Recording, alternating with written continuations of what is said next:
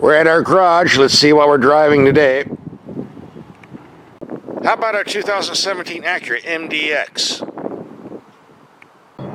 And this is the hybrid version, which is far different than the regular MDX, as we'll see in this video.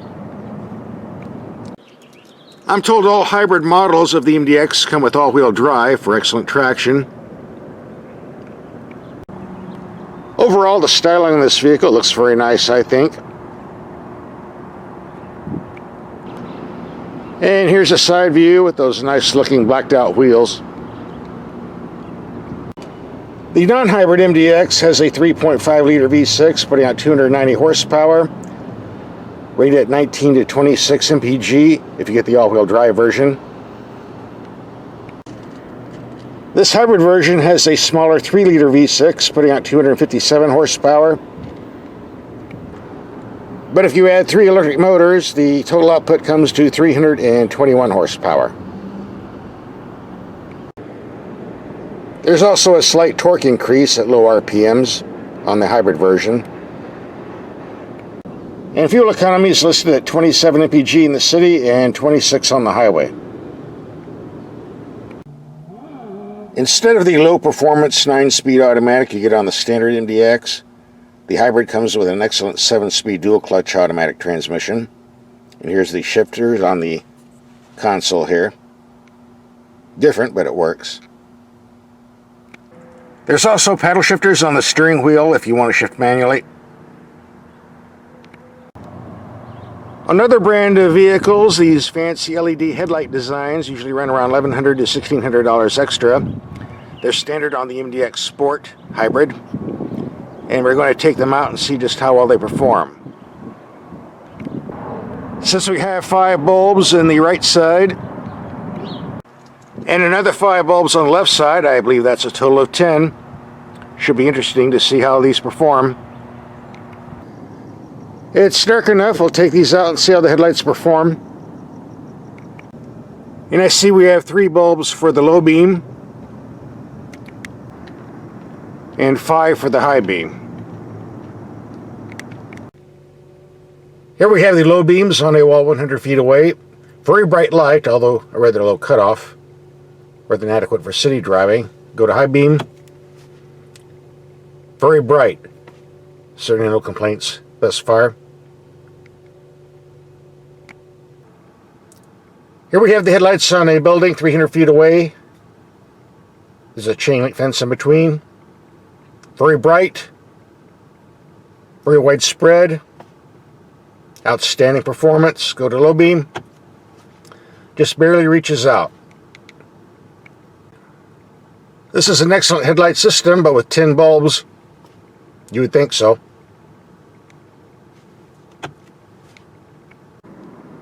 Now we'll take a look at the cabin, and I'm very impressed. The materials and workmanship are outstanding. For seating capacity, we have 2 large captain's chairs in the front. The optional 2 giant captain's chairs in the second row. And third row seating, which gives you a total of 6.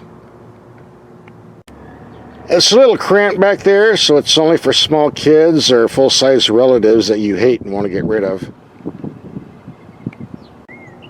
I'm told a bench seat is available on the second row, which will give you a capacity of 7 instead of 6. The glove box is medium-sized. It will do. The sun visors do not slide back and forth, but they're wide enough so it really doesn't matter. They do a good job of blocking out the sun, so thumbs up for that. We get an extra large console between the seats. You can put a lot of stuff in there. A lot of automotive writers have complained about the infotainment system, claiming there's too many buttons on here, but I don't see that as a problem because it gets you exactly what you want instead of having to scroll through a bunch of menus. Just press navigation. There you go, navigation. Audio, menu, settings. This is a better system, except for the climate control setting. The climate controls are a mixed bag. On the positive side, you do have a lot of things that are easily reached, like the temperature, on-off, auto, front and rear vents. But if you want to adjust the fan speed, you have to push this. You go push this. If you want to adjust the vents, you have to do this, then this. Easy to do when you're sitting, not so easy when you're driving. It's not a bad system, it just takes some getting used to. The only real beef I had with the cabin, well, it's not totally in the cabin, is the bodywork under the door, the rocker panels. Way too wide. Every time you step out, your pant legs rubs on the bodywork. And to make matters worse, well, if you watch my videos, I call this the dirt shelf. Bodywork outside the car that looks like a shelf, and it collects all the nasty stuff on the road like mud, dirt, sand, sleet, snow. And the problem is, when your pant legs are rubbing on the bodywork, that dirt's going to get on your pants. Well, at least in the case of Acura, they hard chromed it, so it's nice and shiny until it gets dirty. Actually, it's not really chrome, it's plastic. But the bottom line is, if you live where the roads are really dirty with a lot of snow and mud, you might want to keep a rag and some cleaner in your car so you can wipe this off every now and then. According to Acura, the hybrid system adds 227 pounds of weight to the non-hybrid all-wheel drive. So the question is, does the extra horsepower make up for that? A well-known car publication tested both 0 to 60 and found the non-hybrid did 0 to 60 in 6.0 seconds and the hybrid at 5.7 seconds. We'll take this out and see what we get. We do have a button under the shifter called the dynamic mode. It gives you comfort, normal, sport, or sport plus. The sport tightening up the steering to make it feel a lot better, among other things. My only complaint is every time you turn the engine off and turn it back on again, it automatically goes in the sport mode. Which means if you want to drive in the normal, you have to do this every time you start the car, which is very odd. I went through the owner's manual page by page, and apparently starting in the sport mode is the way it is. If you want to drive in the normal mode, you're just going to have to keep pressing this every time you start the vehicle. Your choice.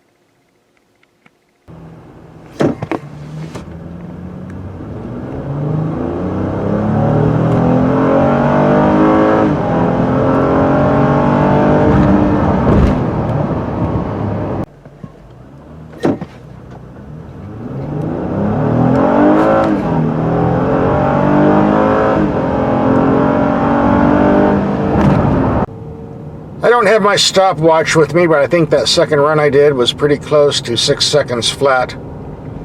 Besides, on a vehicle like this, 0 to 60 doesn't mean anything. It's the torque that matters, the torque you get from the electric motors that you feel in the seat of your pants, which is going to result in some great passing ability on the freeway. We'll get to that later. The power steering on this vehicle is pretty nice, but that depends on whether you put it in the Sport, Sport Plus, or normal modes. You can adjust that and see which you prefer yourself.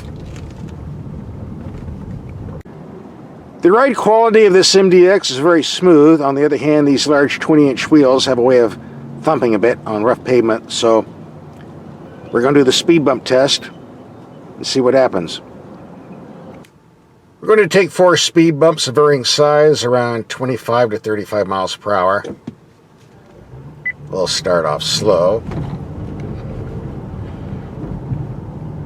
Bump number 1. Pretty smooth. Going up to 30. I'm going to keep it at 30 miles per hour because we've got the nasty bump coming up. There it comes. Wow. Just as smooth and quiet as the first 3. Acura wants you to run 35 pounds of air on all 4 tires. As you see, we're in specs 35 to 36, just for the record. This isn't a sports car, but I'm going to try the turning circle anyway. See if that all-wheel drive traction and 20-inch wheels can bite into the pavement without spinning out. We're doing pretty good here. A lot of sports cars I've driven can't go this good.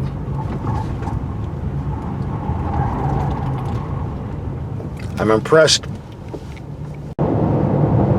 For the rest of this video, we're going to concentrate on fuel economy figures. And that's why you're buying a hybrid for, right? And the amount of torque for passing power from these electric motors is excellent. Like I said earlier, you can feel it in the seat of your pants. Here's our first fuel economy test, 34 miles on the freeway, averaging around 65 to 70 miles per hour, 27.2 mpg. Now let's take the highway miles and add 53 miles of city driving. Drops to 23.5 mpg overall. In mixed commuting, we're going to take a 25-mile expressway trip. Average speed around 65 miles per hour, but doing a lot of passing because traffic is heavy. A lot of slow pokes in my way. Yeah, there goes some fuel. So we'll pull over and see what type of fuel economy this type of driving gave us. Good passing power, by the way. These electric motors have gobs of torque. I'm impressed. 25.8 mpg, not bad considering I had my foot buried in the gas pedal. Well, it's happy hour and I just heard a big crash. So I guess I know what I'm going to be filming next. Yep. Somebody's not happy.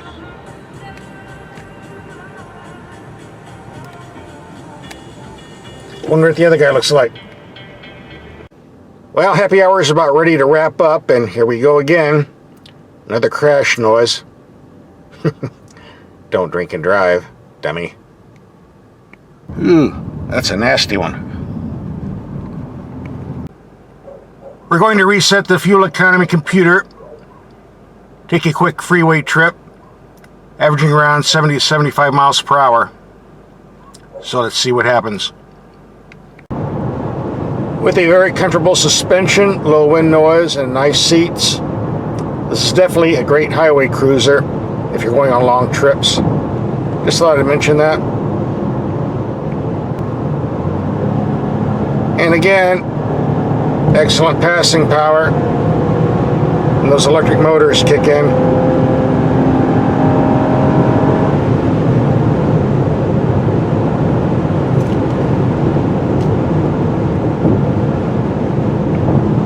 Okay, we just did 50.3 miles, averaging 70 miles per hour. Let's see what our MPG ended up being. 25.0. So, question of the day, can this Acura MDX be taken off-road? Well, yes, it does have the proper ground clearance, and it does have all-wheel drive for excellent traction. But keep in mind there's a lot of overhang on this front bumper, so you don't want to enter deep dips.